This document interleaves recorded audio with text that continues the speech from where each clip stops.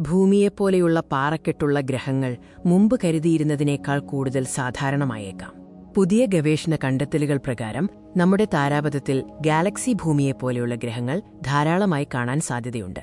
നമ്മുടെ സൗരയൂഥം എങ്ങനെ രൂപപ്പെട്ടു എന്നതിനെക്കുറിച്ച് നിലവിലുള്ള സിദ്ധാന്തങ്ങളിൽ പുതിയൊരു മാറ്റം കൊണ്ടുവരുന്നതാണ് ഈ പഠനം. നമ്മുടെ സൗരയൂഥം രൂപപ്പെടുന്ന സമയത്ത് സമീപത്തുണ്ടായ ഒരു സൂപ്പർനോവയുടെ നക്ഷത്രവിസ്ഫോടനം പങ്ക് നിർണായകമായിരുന്നു എന്നാണ് പുതിയ കണ്ടെത്തൽ.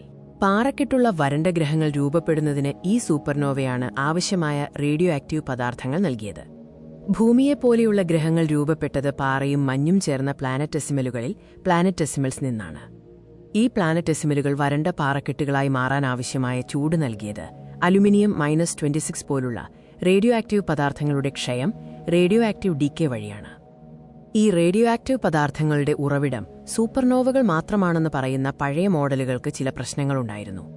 ഈ മോഡലുകൾക്ക് ഉൽക്കകളിൽ മീറ്റോറൈറ്റ്സ് കണ്ടെത്തിയ റേഡിയോ ആക്റ്റീവ് പദാർത്ഥങ്ങളുടെ അളവ് കൃത്യമായി വിശദീകരിക്കാൻ കഴിഞ്ഞിരുന്നില്ല. റേഡിയോ ആക്റ്റീവ് പദാർത്ഥങ്ങൾ നൽകാൻ മാത്രം സൂപ്പർനോവ അടുത്തായിരുന്നെങ്കിൽ അത് ഗ്രഹങ്ങൾ രൂപപ്പെടുന്ന ഡിസ്കിനെ പൂർണ്ണമായും നശിപ്പിക്കുമായിരുന്നു. ഈ പ്രശ്നം പരിഹരിക്കാൻ ടോക്കിയോ യൂണിവേഴ്സിറ്റിയിലെ ഗവേഷകർ ഇമ്മേർഷൻ മെക്കാനിസം എന്ന പുതിയൊരു ആശയം അവതരിപ്പിച്ചു. ഈ മാതൃകയനുസരിച്ച് സൂപ്പർനോവ 3.2 പ്രകാശവർഷം അകലെയാണ് പൊട്ടിത്തെറിച്ചത്. ഇത് ഗ്രഹങ്ങളുടെ ഡിസ്കിന് നാശമുണ്ടാക്കാത്ത സുരക്ഷിതമായ ദൂരമാണ്. വിസ്ഫോടനം ഒരു ഷോക്ക് വേവ് സൃഷ്ടിച്ചു. ഇത് കണങ്ങളെ ത്വരിതപ്പെടുത്തി കോസ്മിക് കിരണങ്ങളായി കോസ്മിക് റേസ് ഡിസ്കിൽ കുടുക്കി.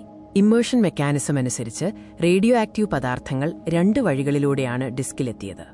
ഒന്നാമതായി ഇരുമ്പ് -60 പോലുള്ള ചില SLRs പൊടിപടലങ്ങളായി സൂപ്പർനോവയിൽ നിന്ന് നേരിട്ട് ഡിസ്കിലേക്കെത്തി. രണ്ടാമതായി കോസ്മിക് കിരണങ്ങൾ ഡിസ്കിലെ സ്ഥിരതയുള്ള പദാർത്ഥങ്ങളുമായി കൂട്ടിയിടിച്ച് അലുമിനിയം -26 പോലുള്ള SLRs ഉണ്ടാക്കി.